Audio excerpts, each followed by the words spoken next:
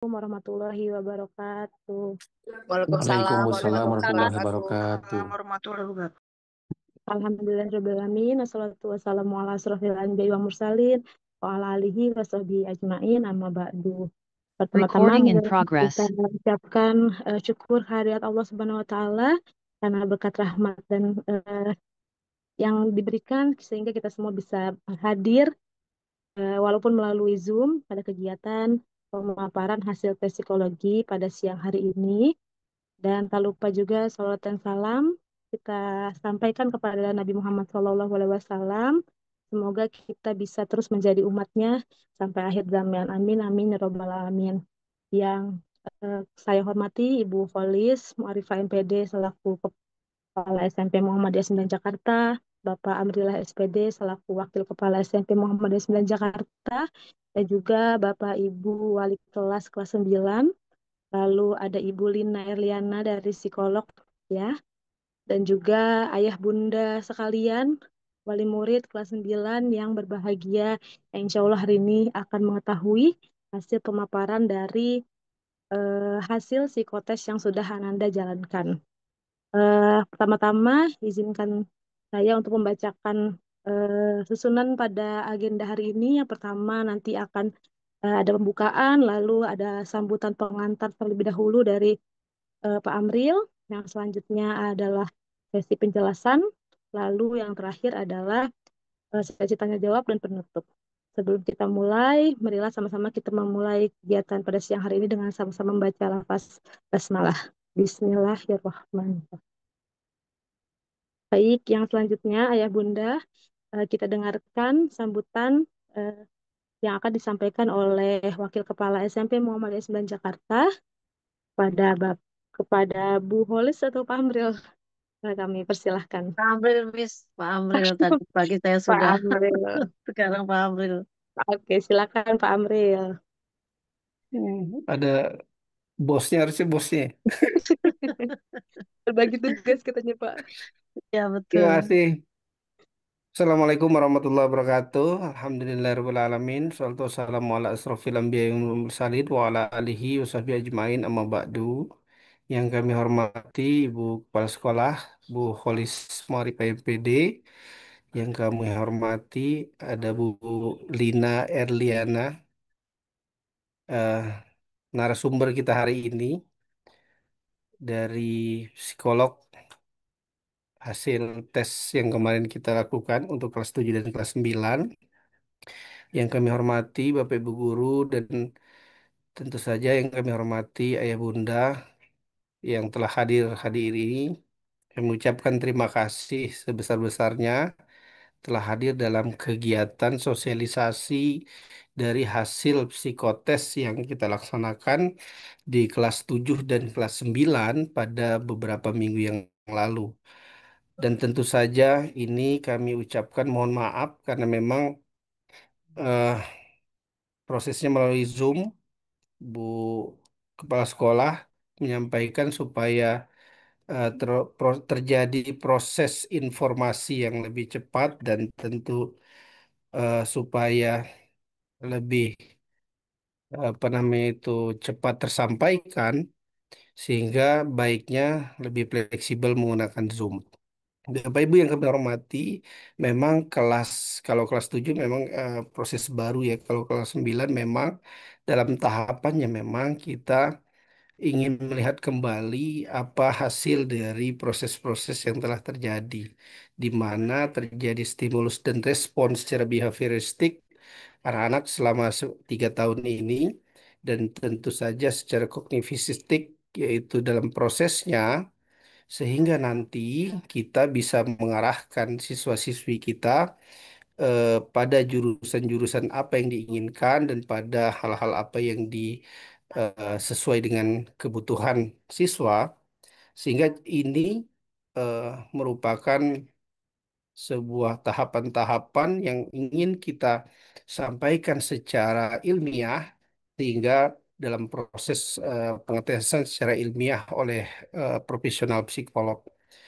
Bunda yang kami hormati, eh, mungkin secara tes, mungkin setiap eh, proses tes terjadi perbedaan-perbedaan yang telah disampaikan, bahwa memang ada alasan-alasan tertentu nanti memang secara gamblang nanti akan disampaikan oleh Ibu Lina Erliana, psikolog.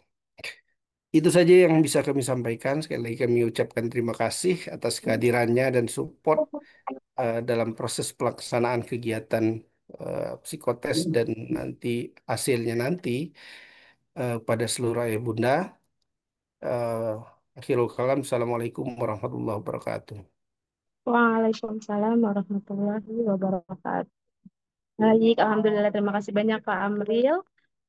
Kita langsung saja menginjak kepada acara inti, yaitu pembahasan pemaparan dari hasil psikotes oleh kelas 9 kepada ayah bunda. Bisa disimak dengan seksama, dan jika ada pertanyaan boleh dicatat, boleh juga mungkin langsung diketik di kolom komentar. Kalau tadi takut lupa ya ayah bunda, dipersilakan.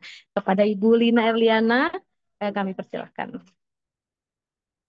Baik, terima kasih Bu Hilda.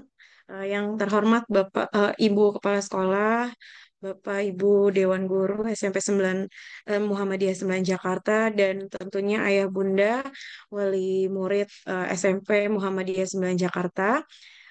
Untuk mempersingkat waktu, izinkanlah saya men-share screen materi yang akan saya sampaikan di sini. Apakah sudah terlihat di tampilan Ayah Bunda? Ya sudah. Baik, langsung saja Ayah Bunda, mungkin poin-poin yang akan diinformasikan untuk hari ini, yang paling utama adalah berkaitan dengan tujuan psikotes. Yang kedua, terkait dengan aspek-aspek apa saja sih yang kemarin diukur pada saat putra-putri Ayah Bunda melakukan psikotes. Kemudian, bagaimana cara membaca hasil psikotes yang dimana mungkin laporannya dalam bentuk psikogram di dalam laporan yang Ayah Bunda sudah terima dari pihak sekolah. Yang pertama, tujuan psikotes itu sendiri adalah sebagai talent mapping nih Ayah Bunda. Talent mapping ini bisa diibaratkan sebagai fungsi peta yang dimana dapat memberikan gambaran informasi tentang jalan mana yang mau kita pilih untuk bisa cepat sampai di tujuan. Atau mungkin memberikan informasi mengenai apakah jalan yang saat ini putra-putri ayah bunda lalui sudah sesuai, sudah tepat atau belum, atau mungkin masih ini jalannya tuh jarak tempuhnya harusnya bisa lebih cepat, atau bisa membuat menjadi lebih lama dan sebagainya. Ini sehingga kita mengetahui misalnya mungkin putra-putri ayah bunda pengen jadi dokter nih. Nah, tujuannya adalah pengen jadi dokter. Apakah selama ini jalan yang sudah dilalui untuk menjadi dokter, apakah sudah sesuai atau sudah cepat, efektif atau belum? Nah, untuk itu dari psikotes ini memberikan gambaran informasi mengenai posisi di mana anak ayah bunda apakah sudah tepat atau belum dalam hal talent atau kemampuan. Nah, kemudian selain sebagai talent mapping juga sebagai tujuan psikotes ini juga dapat mengidentifikasikan gangguan belajar ayah bunda. Perlu kita ketahui ayah bunda bahwa belajar ini merupakan proses manusia berkembang. Dari yang tidak tahu menjadi tahu, dari yang tidak bisa menjadi bisa gitu ya ayah bunda ya. Sehingga mungkin dari hal ini perlu diidentifikasi nih gangguan-gangguannya apa saja agar bisa diantisipasi. Ibaratnya kalau misalnya diibaratkan sebagai perahu yang bocor nih ayah bunda, kita jadi tahu nih kalau perahu bocor ini bocornya di sebelah mana, di bagian mana mungkin bisa kita tambal gitu ya, bisa kita perbaiki supaya perahu ini bisa berjalan lebih cepat sampai ke tujuan gitu. Nah, ya seperti itu pun dalam proses belajar gitu Ayah Bunda.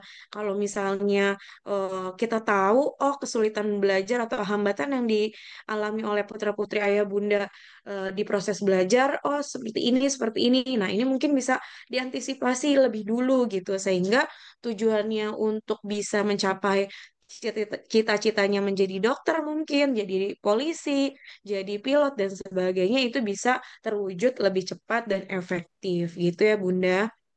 Nah, selanjutnya kalau kita ngomongin tadi tujuan, ini kan informasi di psikotes ini memberikan gambaran mengenai talent. Nah, talent itu sendiri merupakan kemampuan bawaan dari diri seseorang yang perlu dilatih nih Bunda, Ayah Bunda. Perlu dikembangkan juga dengan sebaik-baiknya. Sehingga potensi yang dimiliki putra-putri Ayah Bunda ini bisa mencapai titik maksimal sesuai dengan harapan tentunya. Nah, kalau kita ngomongin talent nih Ayah Bunda, ini ada yang namanya kemampuan Ayah Bunda. Jadi kemampuan atau mungkin sering kita dengar atau istilahnya bakat, disebutnya istilahnya bakat ya Ayah Bunda. Setiap manusia kan lahir dengan kemampuan ya Ayah Bunda. Nah, di bakat ini adalah kemampuan bawaan atau kemampuan yang dipengaruhi oleh faktor genetik atau bawaan dari orang tua. Nah, kemudian ada yang namanya kemauan atau minat ya Ayah Bunda ya. Nah, di minat ini berkaitan dengan apa sih yang dimauin sama putra-putrinya, apa sih yang diminatin putra-putrinya. Ketika mungkin putra-putri kita punya bakat gitu ya, bisa terlihat ketika mungkin anak tersebut tidak mengikuti les, tidak mengikuti kegiatan pelatihan atau kursus khusus gitu tentang satu bidang, tapi dia bisa menggeluti bidang tersebut tanpa dia harus mengikuti les sebelumnya. Nah, artinya anak tersebut punya bakat nih di dalam bidang tersebut. Kemudian didukung dengan misalnya minat gitu. Minatnya memang ke arah misalnya bakatnya ada di bidang IT gitu. Nah, minatnya juga memang pengen jadi ahli IT. Berarti kan sejalan gitu ya Ayah Bunda ya. Bakat dan minatnya sejalan sehingga bakatnya akan terlihat atau kemampuannya akan lebih terlihat dan lebih menonjol. Potensi yang dimilikinya juga bisa mencapai titik maksimal. Tapi kalau misalnya anak ini punya bakat nih ayah bunda, tapi tidak mau mengembangkan, tidak dilatih juga. Nah, biasanya bakat itu akan jadi segitu-gitu aja, akan kurang berkembang. Seperti itu ayah bunda. Tapi kalau misalnya punya bakat, bisa dikembangkan, dilatih terus, nah ini akan jadi potensi yang maksimal. Ditambah lagi punya minat yang sama dengan bakat tersebut. Lalu bagaimana nih Bu, kalau misalnya punya bakat di bidang tersebut, tapi anak tersebut ternyata kurang minat nih gitu kan ya. Sah-sah saja ayah bunda karena kita juga tidak bisa memaksakan terhadap minat anak gitu kan. Kalau misalnya memang sebenarnya kalau kita lihat bakatnya ke arah misalnya IT, tapi minatnya lebih ke arah kedokteran gitu kan. Nah, mungkin dengan minat yang kuat biasanya anak itu akan cenderung menunjukkan effort atau usaha-usaha atau proses belajar yang lebih maksimal, yang lebih besar sehingga dari minat yang dilatih, yang dikembangkan sehingga walaupun pada dasarnya bakat bawaannya mungkin tidak ada ke arah kedokteran, tapi dia akan bisa mengembangkan dari minat yang diawalinya dengan minat yang besar itu gitu. Jadi minatnya saking besarnya akhirnya belajar belajar jadinya bisa gitu ya Bapak Ibu Ayah Bunda ya gitu. Nah, kemudian dari kemampuan atau bakat dengan kemauan atau minat, nah keduanya ini kalau dipetakan biasanya kita bisa melihat yang namanya level perkembangan belajar nih Ayah Bunda. Nah, level perkembangan belajar ini kan terkait dengan tingkatan kemampuan individu dalam menerima, memahami, dan mengaplikasikan informasi. Nah, ini juga berdasarkan dari tingkatan usia dan pengalaman belajar. Jadi, tadi mungkin Bapak Amril sudah menjelaskan bahwa mungkin waktu kelas 7 di SMP Muhammadiyah pernah dilakukan psikotes gitu ya, Pak ya.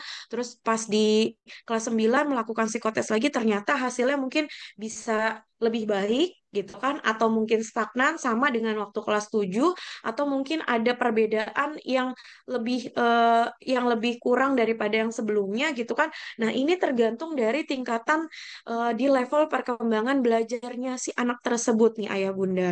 Jadi kita bisa melihat apakah dia bisa mengembangkan keterampilannya dari informasi yang didapat gitu kan dari usianya, semakin bertambahnya usia tentunya semakin berkembang, semakin matang gitu ya ayah bunda ya. Semakin bertambahnya usia juga pengalaman belajarnya makin panjang gitu kan. Waktu kelas 7 mungkin masih transisi dari masa kanak-kanak akhir ke masa remaja awal gitu.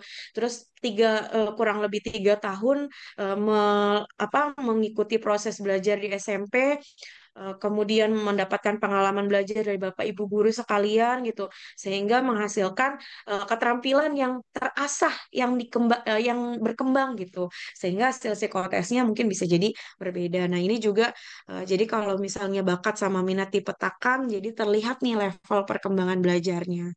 Seperti itu Ayah Bunda. Nah, mungkin ada tujuan belajar dalam dunia pendidikan ini ada 3 aspek Ayah Bunda. Aspek yang pertama ini ada kognitif. Kognitif ini kita bisa melihat knowledge-nya anak seperti apa dengan di mana ada 4 kemampuan, ada pengetahuan umum, ada kemampuan verbal, kemampuan numerikal dan kemampuan spasialnya. Nah, untuk melihat afektif atau aspek afektif yang terlihat dari attitude ayah bunda, kita bisa melihat nih attitude anak tersebut seperti apa, kita bisa melihat dari minatnya. Apakah mungkin di sekolah anak tersebut lebih cenderung suka pelajaran yang berkaitan dengan saintek atau MIPA, atau mungkin yang berkaitan dengan olahraga, seni, dan sebagainya gitu. Itu terlihat ya, ya Bunda minatnya apa.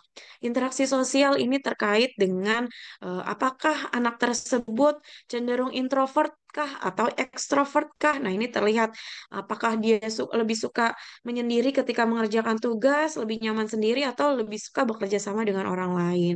Kemudian aspek penyesuaian dirinya juga terlihat di attitude-nya ayah bunda dan juga kedisiplinan. Kemudian aspek yang terakhir adalah psikomotorik nih ayah bunda atau skill. Nah, ini terlihat dari 4 aspek, ya 4 kemampuan, yaitu sistematika kerjanya bagaimana ketika mungkin diberikan tugas, diberikan lembar kerja, apakah dikerjakannya runtut atau mungkin sesuai dengan moodnya dan sebagainya, itu juga terlihat.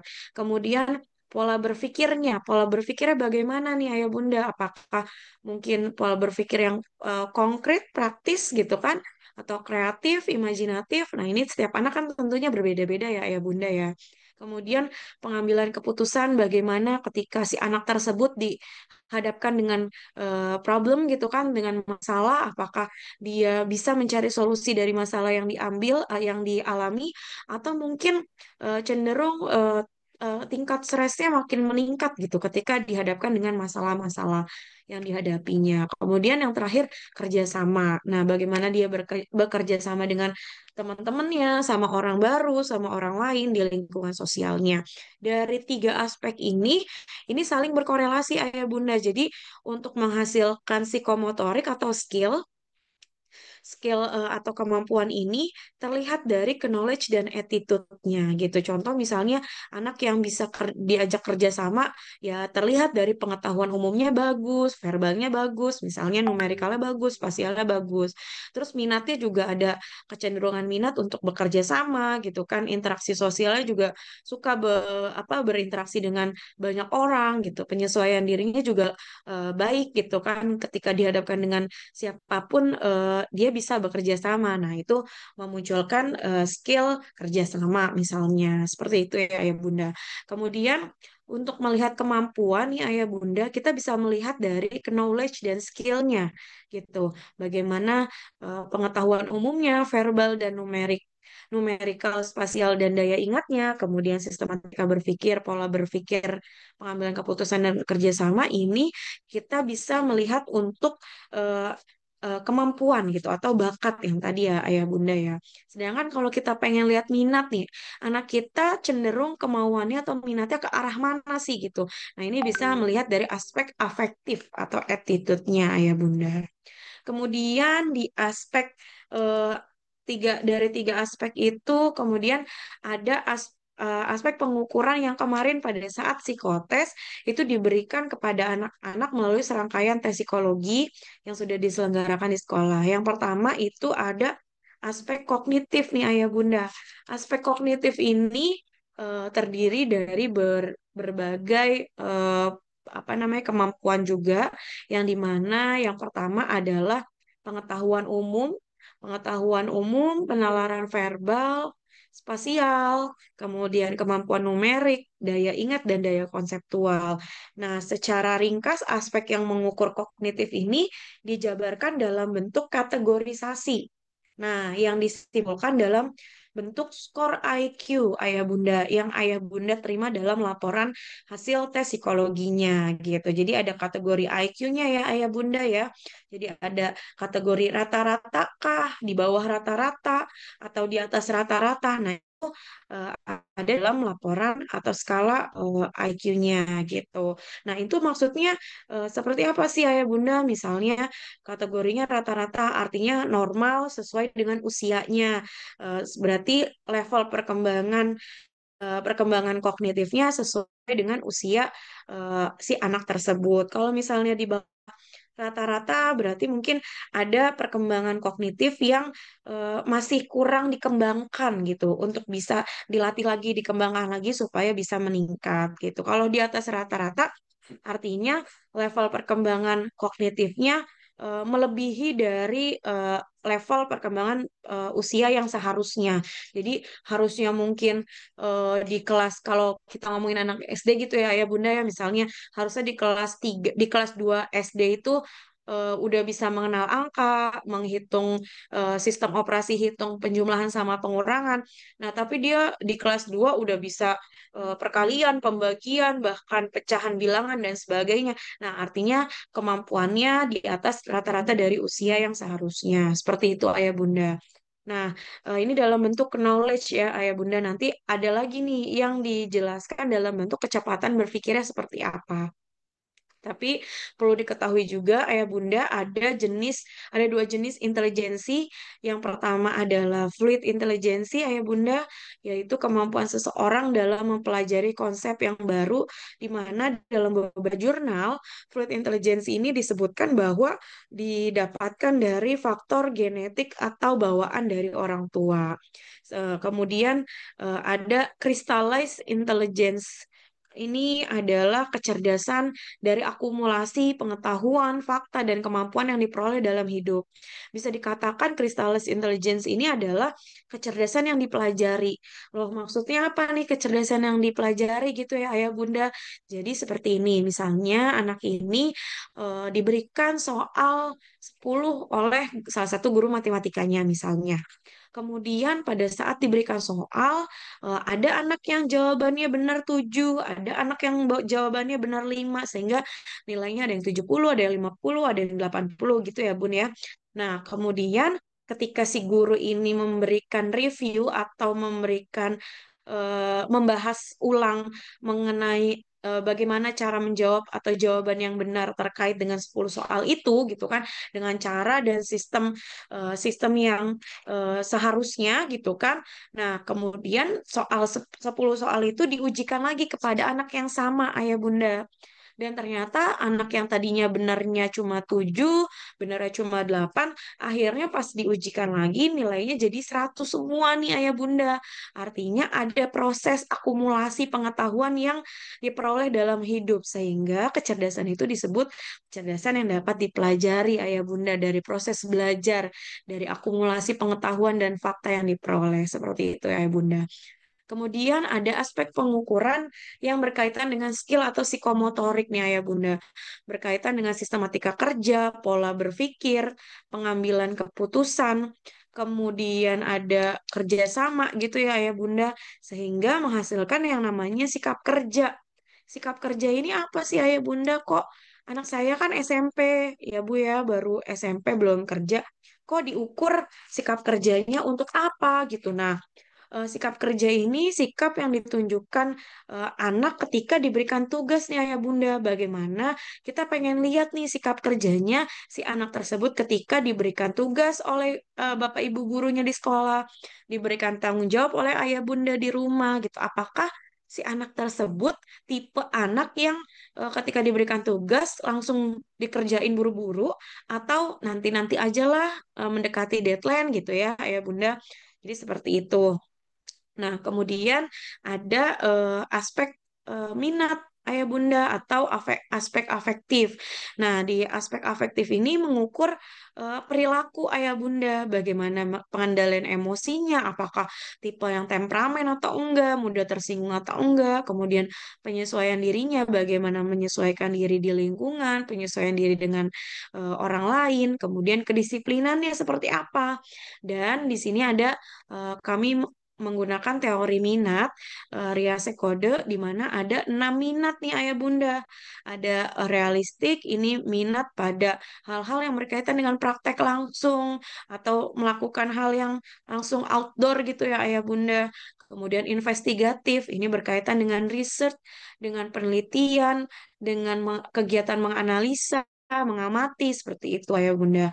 Kemudian minat artistik ini berkaitan dengan seni, yang berkaitan dengan seni atau art, baik seni musik, tari, dan lain-lain ini berkaitan dengan artistik. Kemudian sosial ini minat pada anak-anak yang senang berinteraksi. Biasanya suka menolong, empatik, punya empati yang lebih, kemudian friendly, kemudian suka bertemu dengan banyak orang, dan juga ada minat enterprising. Enterprising ini juga sama sih sebenarnya ayah bunda dengan minat sosial, suka berinteraksi, tapi motifnya biasanya enterprising lebih suka lebih punya jiwa kepemimpinan. Jadi suka persuasif, influencer gitu ya, pengen jadi influencer, mempengaruhi teman-temannya, memimpin teman-temannya itu enterprising. Kemudian minat konvensional. Ini kaitannya dengan hal-hal yang terstruktur, terorganisir, yang teliti gitu, sistematis. Nah, ini anak-anak yang suka minat konvensional. Kemudian juga di dalam psikotes kemarin, ayah bunda itu juga diukur learning style-nya atau gaya belajarnya, di mana ada 3 gaya belajar, ada visual, auditory, kinestetik.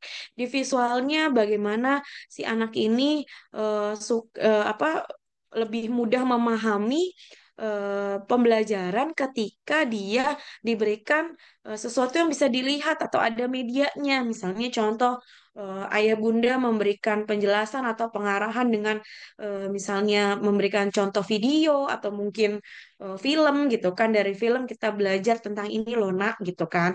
Atau bapak ibu guru di sekolah itu memberikan metode pembelajaran dengan media PowerPoint gitu kan, atau video pembelajaran lainnya.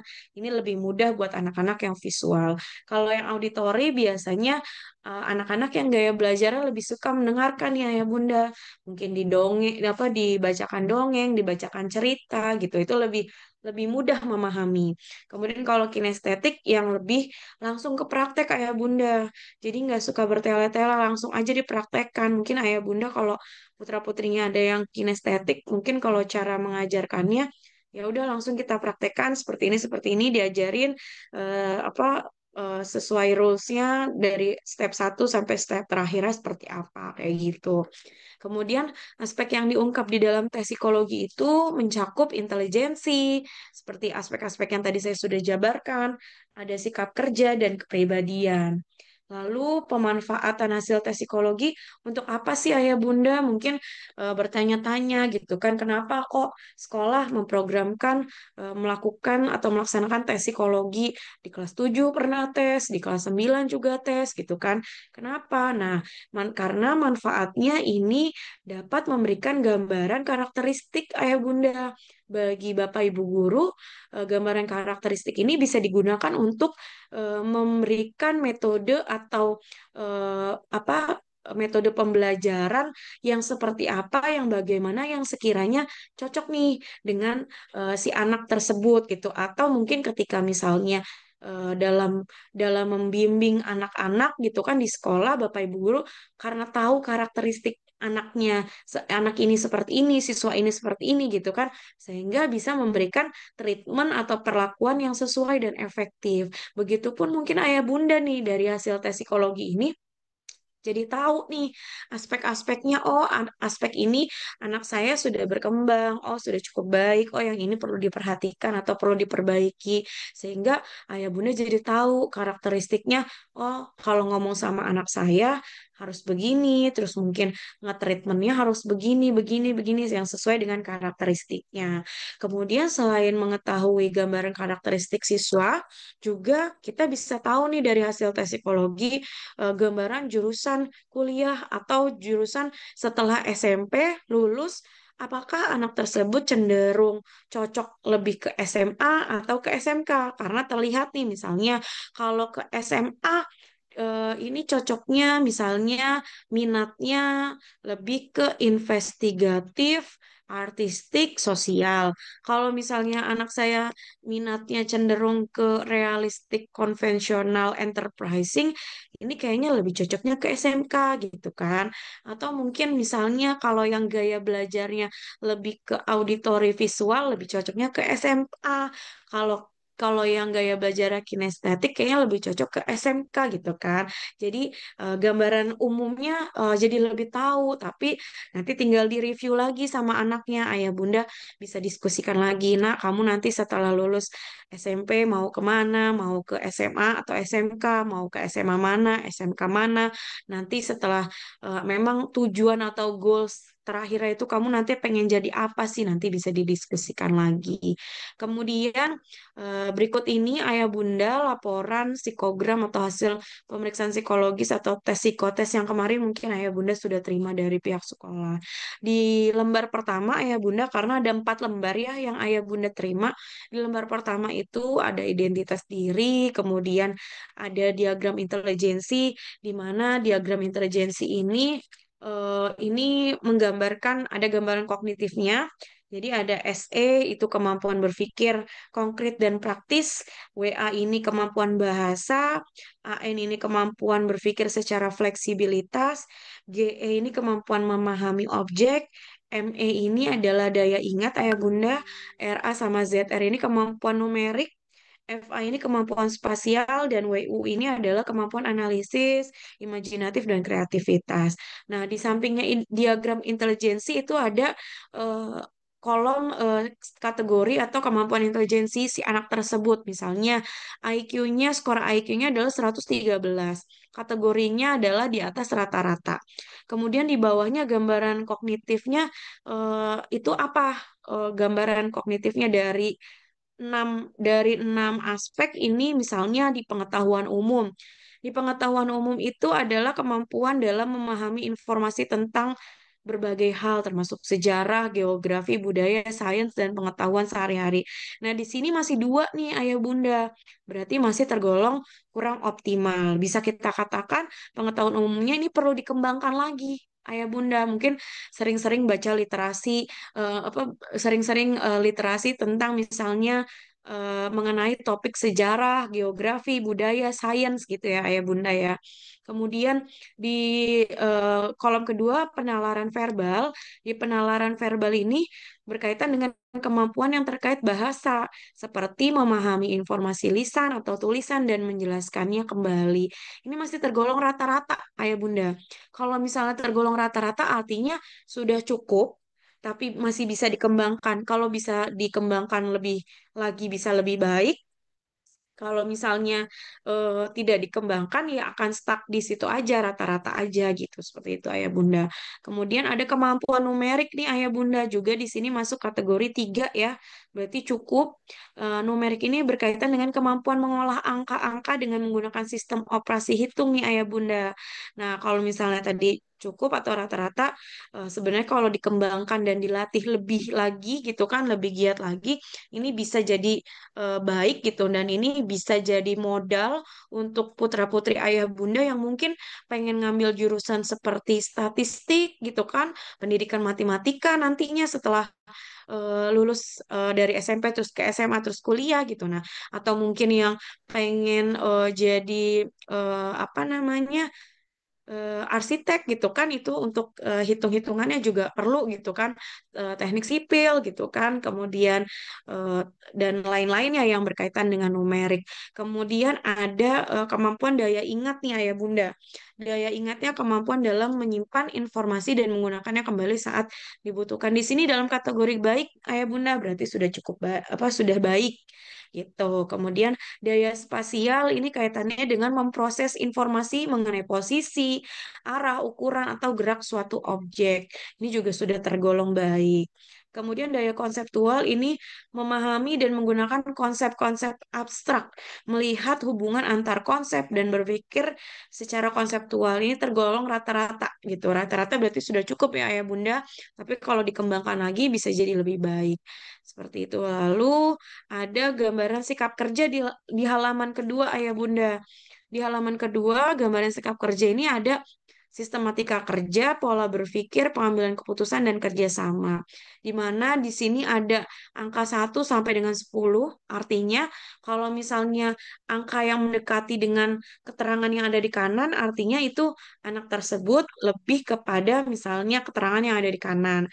Kalau di kiri, misalnya kiri berarti di keterangan yang ada di kiri. Contohnya di sini di gambaran sikap kerja untuk sistematika kerja ya ayah bunda. Di sini poinnya adalah 4 yang diwarnain pink keungu-unguan. 4 berarti lebih ke arah kiri nih ayah bunda.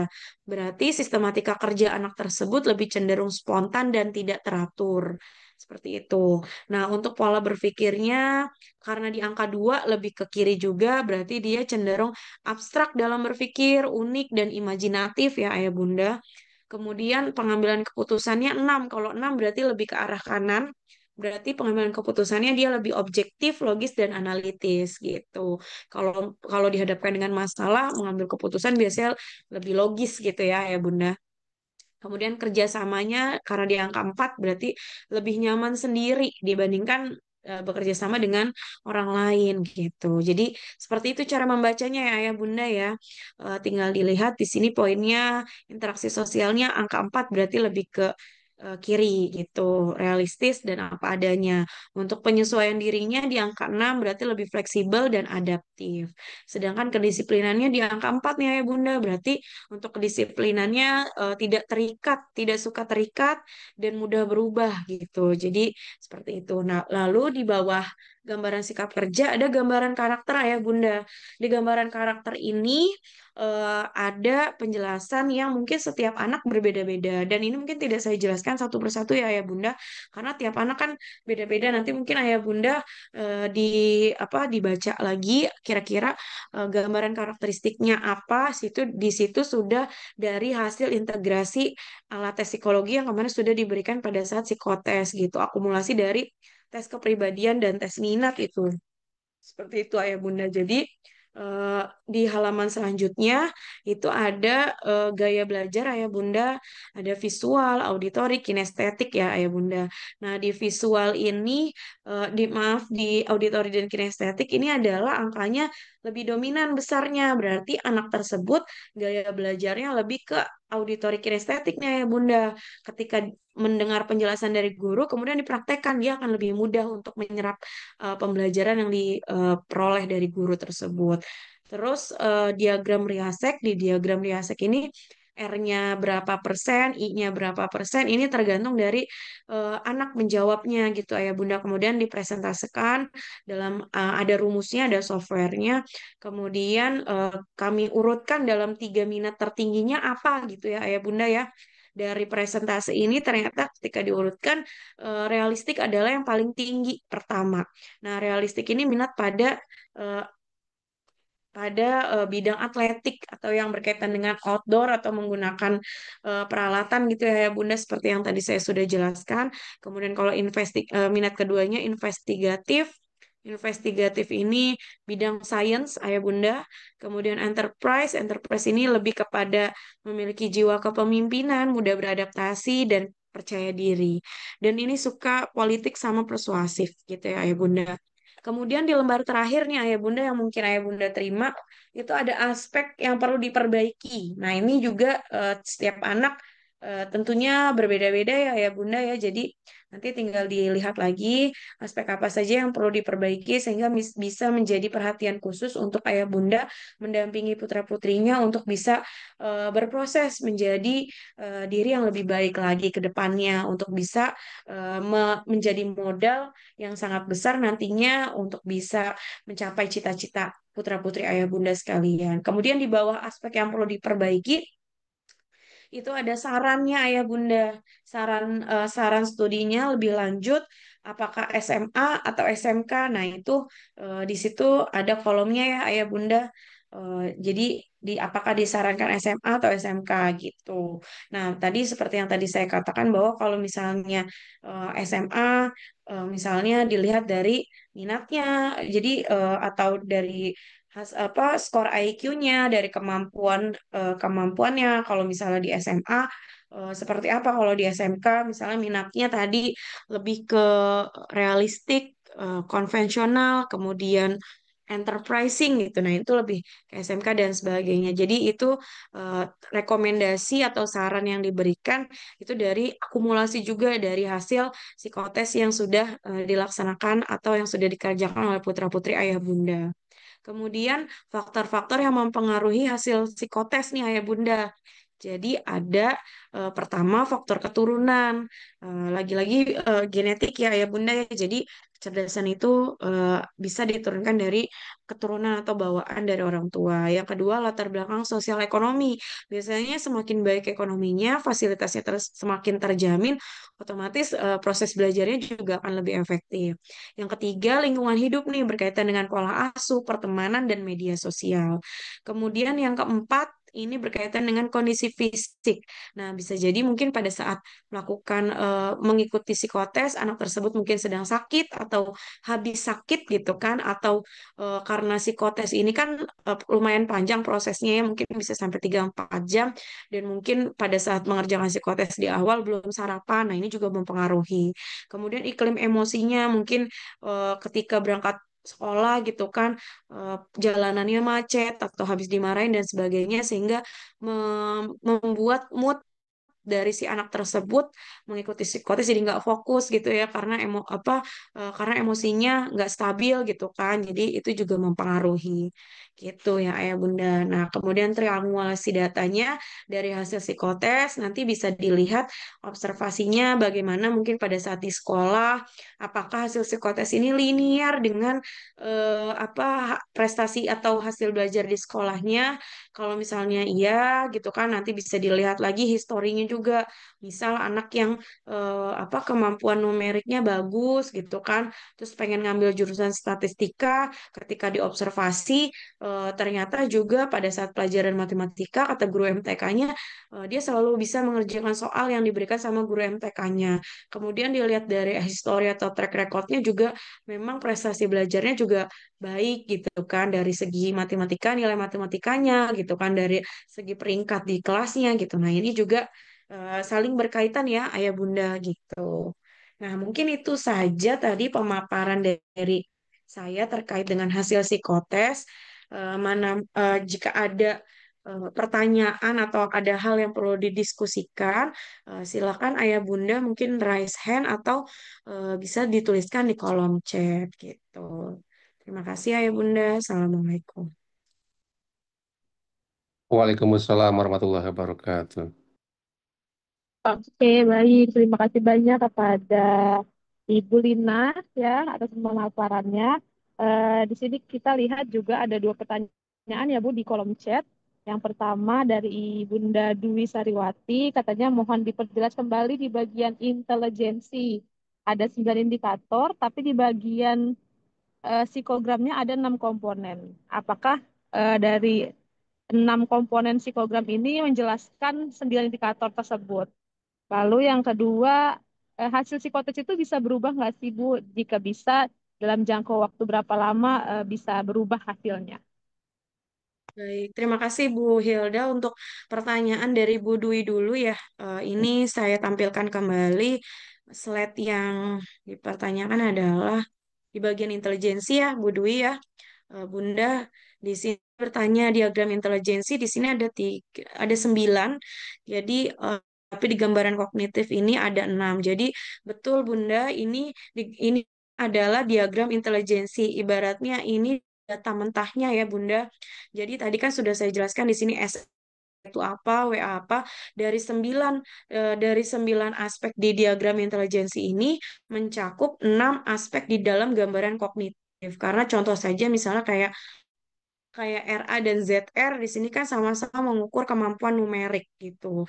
Jadi sudah dari eh, apa 9 aspek di dalam diagram intelijensi ini mencakup 6 aspek di dalam gambaran kognitif. Seperti itu Ayah Bunda.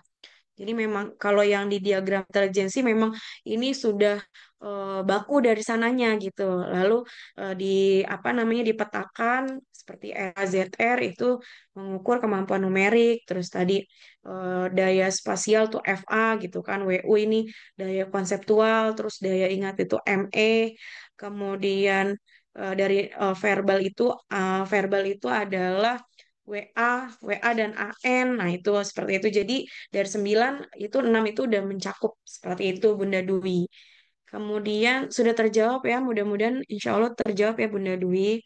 Kemudian pertanyaan yang kedua, apakah hasil psikotes dari Bunda Rafif, apakah hasil psikotes bisa berubah jika bisa dalam jangka waktu berapa lama bisa berubah? Jadi hasil psikotes ini tentu bisa berubah Bunda. Jadi hasil psikotes ini sifatnya bukan statis tapi dinamis gitu. Tadi seperti saya katakan di level perkembangan belajar bahwa ini tergantung dari tingkatan kemampuan bagaimana anak menerima kemudian memahami, kemudian mengaplikasikan informasi, dan ini juga berdasarkan dari tingkatan usia dan pengalaman belajar. Semakin bertambahnya usia, semakin matang usianya, semakin dewasa pemikirannya, semakin banyak proses atau pengalaman belajarnya tentunya ini juga akan merubah akan berpengaruh pada perubahan hasil psikotes yang mungkin pada saat ini dites pada saat kelas 9 SMP. Mungkin pada saat di SMA mungkin akan menghasilkan hasil yang berbeda, mungkin lebih baik gitu kan, atau mungkin sama dengan di SMP, atau mungkin mengalami kemunduran. Ini tergantung dari si anak tersebut gitu, Ayah Bunda. Nah, bagaimana kalau misalnya dalam jangka waktunya berapa lama bisa berubah? Nah, ini kalau biasanya sepemahaman saya, kalau misalnya dilakukan psikotes lagi gitu kan, misalnya terakhir psikotes itu di kelas 9. Nah, baiknya atau idealnya mungkin minimal itu 2 sampai 3 tahun ke depan mungkin Ayah Bunda perlu melakukan evaluasi tes psikologi lagi. Karena kan proses proses belajar selama 2 sampai 3 tahun ini kan pasti kan akan ada hasilnya atau ada kelihatan prosesnya gitu kan. Kita pengen tahu lagi gambaran karakteristik setelah si anak tersebut mengalami proses pembelajaran selama 2 sampai 3 tahun ke depan. Gitu ya Ayah Bunda ya. Jadi untuk pertanyaan Bunda Rafif mudah-mudahan bisa terjawab. Kemudian ada yang raise hand ya Bu Hilda ya. Iya, betul. Tapi ada satu lagi, Bu, dari Bunda Rafif, solusi Hmm? untuk anak yang susah mengungkapkan isi hati. Dan juga ada Bunda Ayu, ada yang ingin tanya seberapa akurat hasil psikotes. Sebelum kita jawab yang Bunda Rafif sama Bunda Ayu, mungkin boleh ke Bunda Kaisah dulu yang raise hand ya, Bu. Mungkin mau mengutarakan langsung apa yang ingin ditanyakan. Silakan Bunda Boleh, Kaisah. silakan. Ya, terima kasih Ibu. Assalamualaikum warahmatullahi wabarakatuh. Ingin bertanya, kebetulan Kaisa dapat ke SMK Bu. SMK, saya kurang paham untuk materi pembelajaran di SMK. Kalau semisalkan anak saya masukkan ke SMK dengan perbedaan di SMA, apa apakah beliau bisa mengikuti dengan jujur saya sendiri belum memahami tentang kejuruan atau sekolah kejuruan itu. Apakah baiknya saya mengikuti hasil psikotes itu atau saya tetap memasukkan anak saya ke SMA gitu? Bagaimana Bu? Itu aja sih Bu. Makasih sebelumnya. Assalamualaikum warahmatullahi wabarakatuh. Baik, terima kasih untuk pertanyaan Bunda Kaisa. Bu Hilda, saya izin langsung menjawab mungkin ya. Jadi kayak saya ini direkomendasikan untuk masuk ke SMK. Kalau untuk dari kami pribadi ya Bunda, yang namanya rekomendasi atau saran gitu kan, boleh dipakai, boleh enggak. Bunda bisa make sure dengan kemampuan anak tersebut. Nah, kenapa di hasil psikotes itu disarankan ke SMK? Karena dari akumulasi hasil tes psikologi biasanya anak-anak yang di apa namanya disarankan ke SMK gitu biasanya dia menonjol di keterampilan praktis atau prosedural. Kemudian kemampuan numerik, logika dan pemahaman verbalnya ini lebih baik biasanya dibanding dengan anak-anak yang lebih kepada disarankan kepada di SMA gitu. Selain itu juga kalau misalnya dari SMK, kalau misal Bunda Kaisa itu misalnya putrinya memang minatnya lebih ke realistik, konvensional dan enterprising atau minat terhadap hal-hal yang berkaitan dengan aktivitas konkret, teknis, misalnya bisnis atau manajerial. Nah, memang disarankan untuk ke SMK gitu dibandingkan mungkin ke SMA. Tapi yang tadi untuk kalau dari hasil psikotes kan karena tadi hasil psikotes itu kan dilihat dari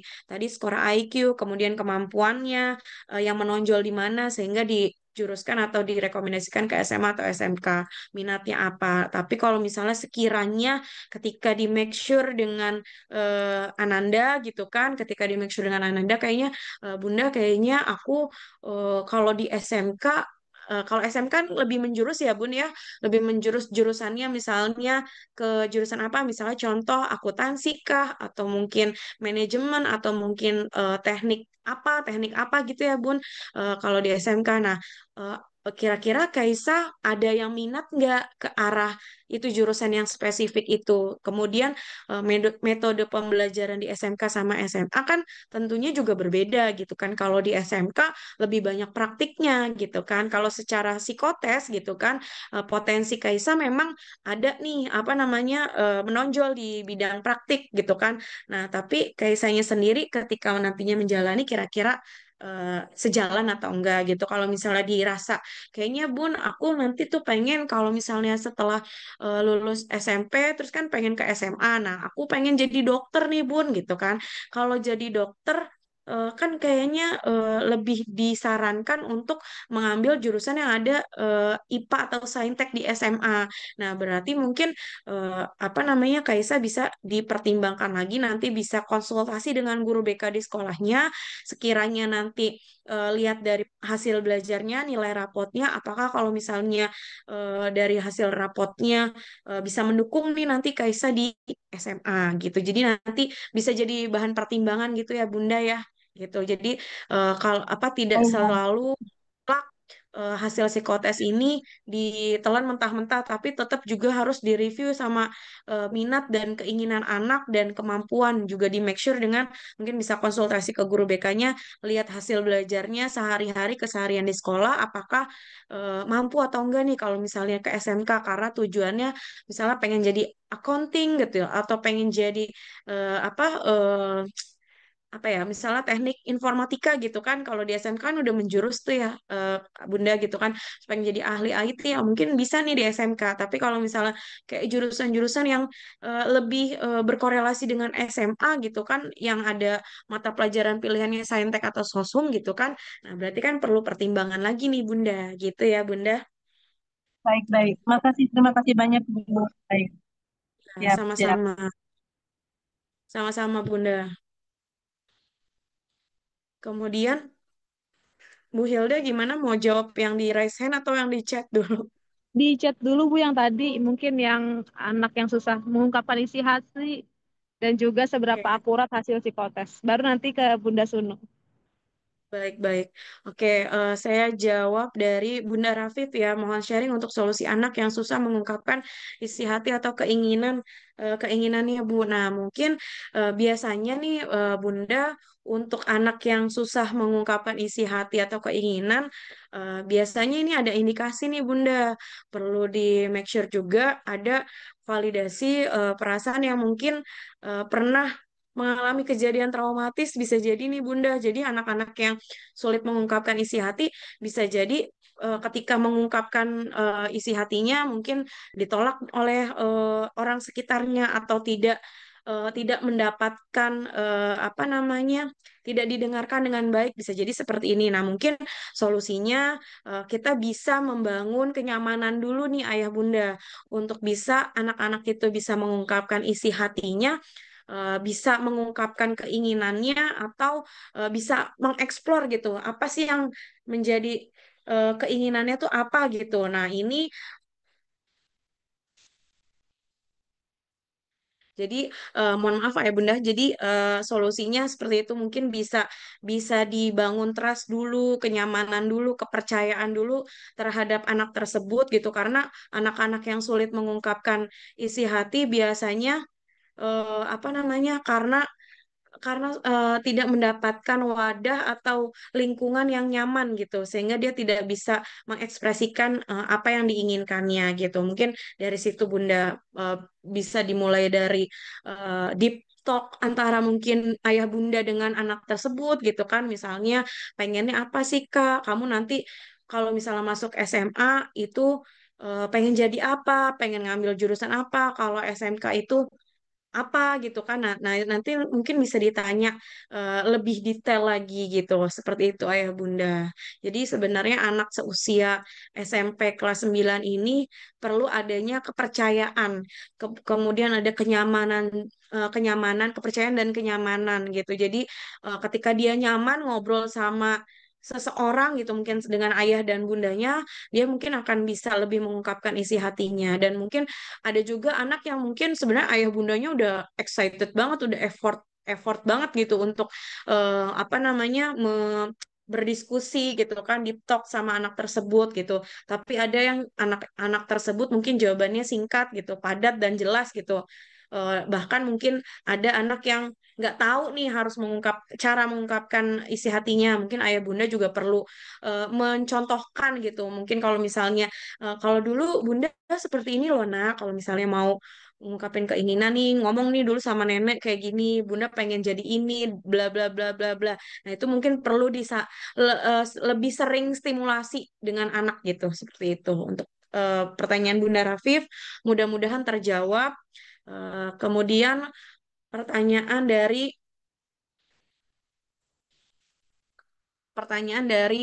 Bunda Ayu, ada yang ingin saya tanyakan, seberapa akurat hasil psikotes ini? Nah, kalau untuk keakuratan ayah bunda, karena psikotes itu kan menggunakan tes psikologi yang sifatnya itu baku ya ayah bunda. Jadi memang kalau dibilang akurat atau validnya memang sudah tidak usah diragukan lagi karena tes psikologi itu bukan sembarangan tes yang kita apa pakai tanpa ada validitas sebelumnya gitu. Jadi memang kalau akurat, akurat hanya saja hasilnya kenapa misalnya bisa berbeda atau bisa misalnya bunda atau ayah merasa kayak kok keseharian anak saya begini, kok di hasil psikotesnya begini gitu. Nah, kalaupun misalnya ada perbedaan kayak gitu, bukan berarti tes psikologi atau psikotes ini tidak akurat, bisa jadi dipengaruhi oleh faktor yang tadi saya jelaskan. Mungkin pada saat psikotes anak tersebut kurang fokus gitu kan, karena mungkin sedang apa namanya kurang sehat atau mungkin dalam keadaan mengerjakan tes yang berapa jam itu belum sarapan dan sebagainya kayak gitu. Jadi seperti itu ya mungkin pertanyaan dari Bunda Ayu. Oke, baik. Terima Kemudian kasih, Bu Lina. Boleh langsung ke Bunda Sunu, dipersilahkan. baik Bu Bu Hilda, sebentar Iya, saya ke belakang dulu sebentar ya. ya. Izin. Oke, dari Bunda Sunu boleh disampaikan pertanyaannya tadi apa? Oke, saya sampaikan sekarang aja ya, Bu Hilda. Atau nunggu Bu Lina balik dulu? Oh ya, boleh menunggu sebentar. Baik, terima kasih. Boleh Bu Hilda. Oke, boleh dipersilahkan, Ayah. Terima kasih Ibu Hilda. Saya ada dua pertanyaan, mungkin lebih kepada pemahaman Oke. sedikit tentang ilmu psikologi Ibu ya. Mudah-mudahan nggak keberatan untuk sharing. Yang pertanyaan pertama, di hasil psikotes saya sudah baca secara general ya, ada skor dan nilai ya. Tadi ada yang di atas rata-rata, kemudian rata-rata. Nah, eh, hasil tersebut merefleksikan dari hasil yang anak kerjakan di hari itu terhadap sejumlah pertanyaan, atau merefleksikan dari total populasi yang ikut psikotes di periode tersebut, misalnya di SMP Muhammadiyah 8, Muhammadiyah 9 ya, itu yang pertama. Yang kedua, hasil psikotes tadi sampaikan mungkin bisa berubah-ubah tergantung situasi ya, dan saat ini yang saya lihat hasil terakhir ini lebih mendekati realita saat ini dari anak ya, dari sisi kemampuan maupun segala macamnya. Nah, pertanyaan saya, ini kan mungkin udah 3 SMP ya, mungkin lebih dewasa, lebih memahami pertanyaan. Apakah hasil tersebut dikarenakan memang anak sudah bisa menerjemahkan pertanyaan atau memahami pertanyaan yang ada di psikotes, atau emang itu sebenarnya refleksi dari sesungguhnya dari minat atau bakat anak. Karena saya pernah ingat sekali di beberapa periode sebelumnya, mungkin pada saat awal masuk, kemudian pada saat SD juga pernah ada sesi psikotes, hasilnya cenderung apa namanya, relatif nggak sesuai, dikarenakan mungkin ya anak mungkin nggak tahu apa yang ditanyakan atau segala macam. Nah, dari sisi ilmu psikotes ini lebih kepada memang anak semakin dewasa semakin memahami apa yang ditanyakan, jadi bisa menjawab sesuai dengan apa yang dia pikirkan dan apa yang dia rasakan, atau memang udah merefleksikan kondisi yang mendekati sesungguhnya. Itu aja, terima kasih. Oke, baik Bu Lina. Mungkin boleh sekalian menjawab juga dari Mama Fahri, dari Bunda Fahri. Kalau hasil tesnya disarankan sekolah SMA atau SMK dengan Raya-Seknya itu tinggi, cuma tiga, yaitu I-nya 52%, S-nya 50%, dan C-nya 48%.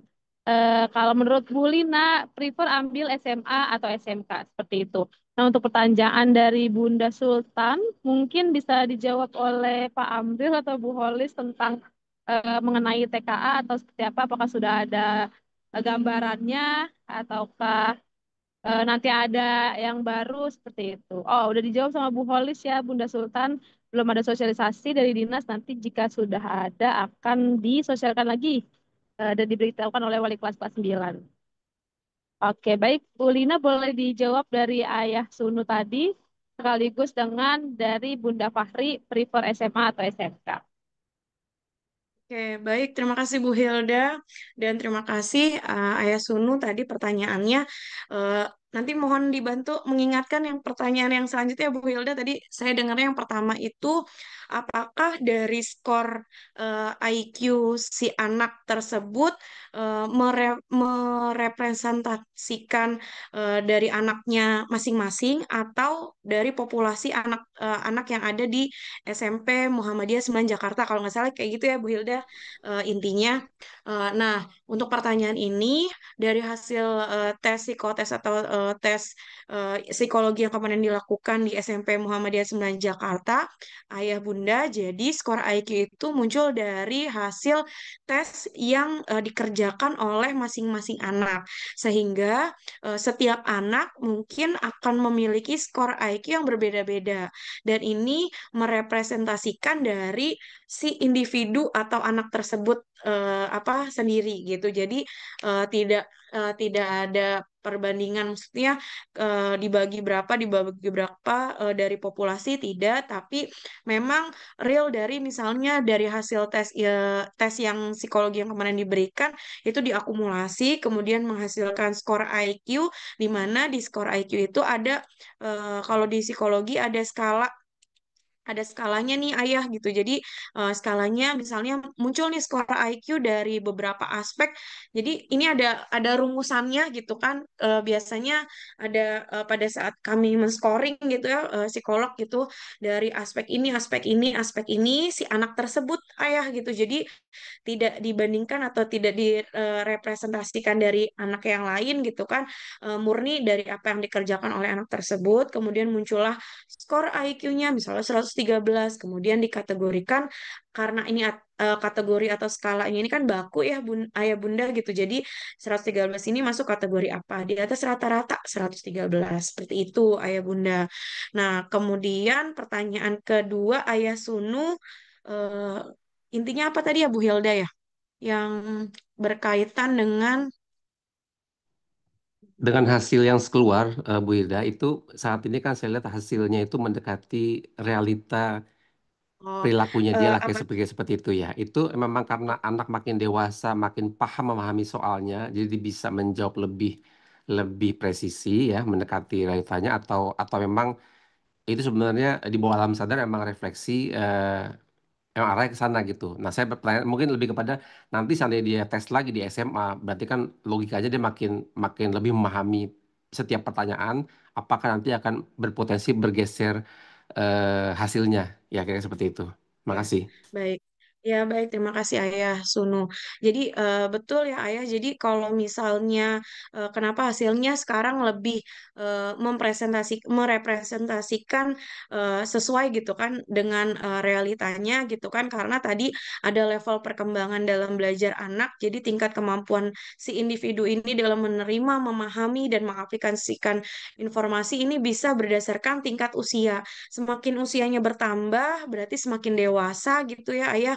Jadi anak tersebut bisa lebih memahami karena udah mungkin waktu dulu ini maksudnya pertanyaannya apa ya gitu kan, sehingga jawabannya agak bingung gitu kan ya, sehingga muncul apa aspek yang muncul atau aspek yang terlihat gitu kan, jadinya kurang gitu, masih kurang tergolong kurang baik atau kurang optimal gitu.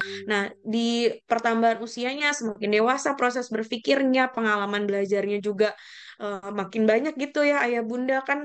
Waktu terakhir di psikotes kelas 7 gitu kan, mungkin pengalaman belajarnya ya terakhir waktu SD kelas 6 gitu ya Ayah Bunda. Nah, sekarang kan di kelas 9 udah melewati proses pembelajaran yang lumayan panjang gitu kan. Nah, sehingga dari proses pembelajaran dan pengalaman belajar itu menghasilkan hasil psikotes yang lebih baik lagi sesuai dengan level perkembangan belajarnya gitu.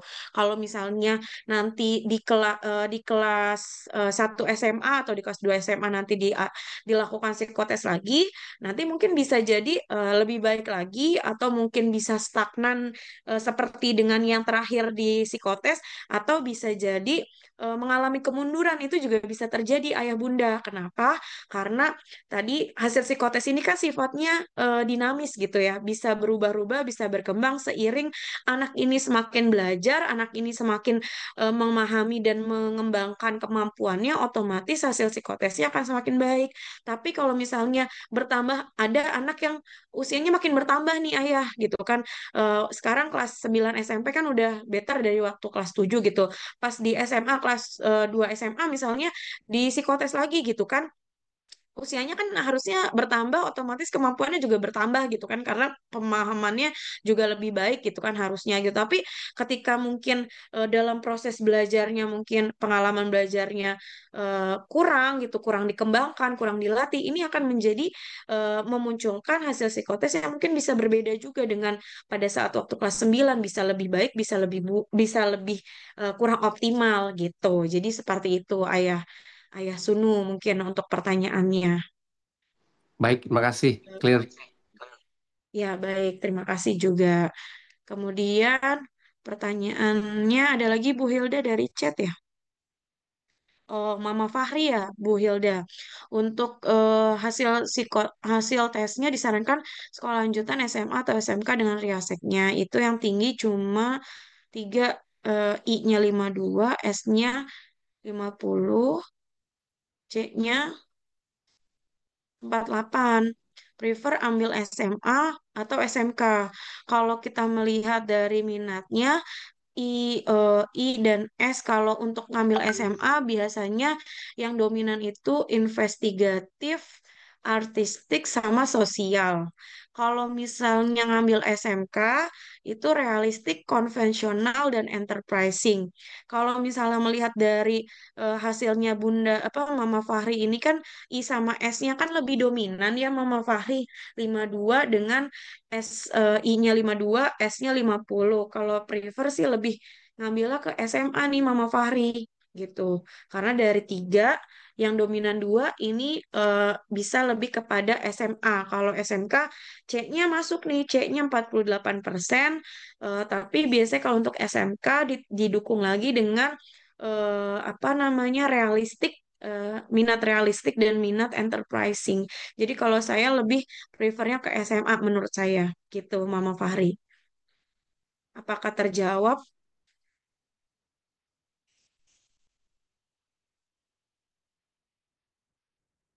Mudah-mudahan terjawab ya, Mama Fahri.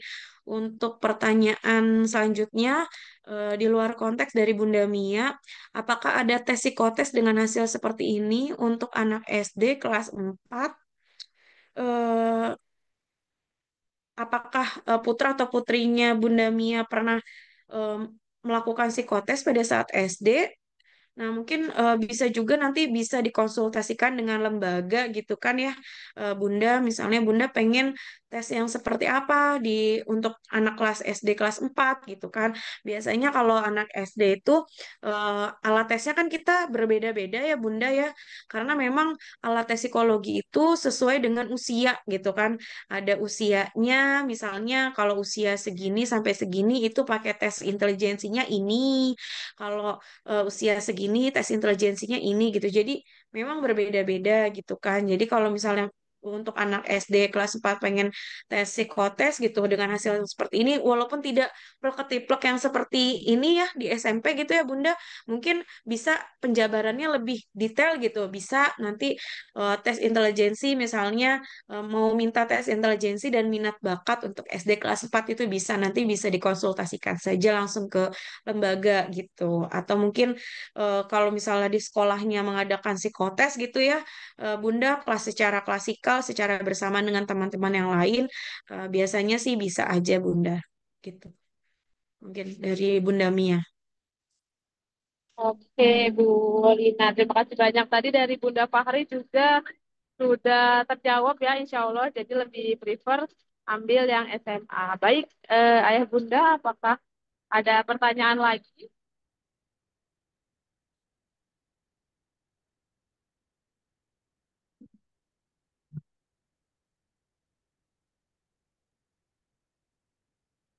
Mungkin kalau nanti, mungkin sekarang belum kepikiran lagi kali ya Bu ya, apalagi pertanyaannya begitu ya Pak April. Atau kalau misalnya ada pertanyaan yang lebih mendalam lagi, kita bisa kontak kemana gitu Bu, atau bagaimana seperti itu. Kadang kan mungkin munculnya nanti-nanti seperti itu.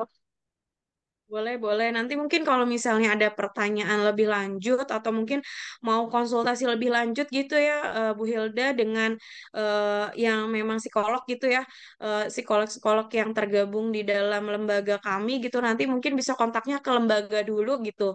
Nanti mungkin dari lembaga bisa disalurkan mungkin Ayah Bunda pengennya konsultasi ke psikolog.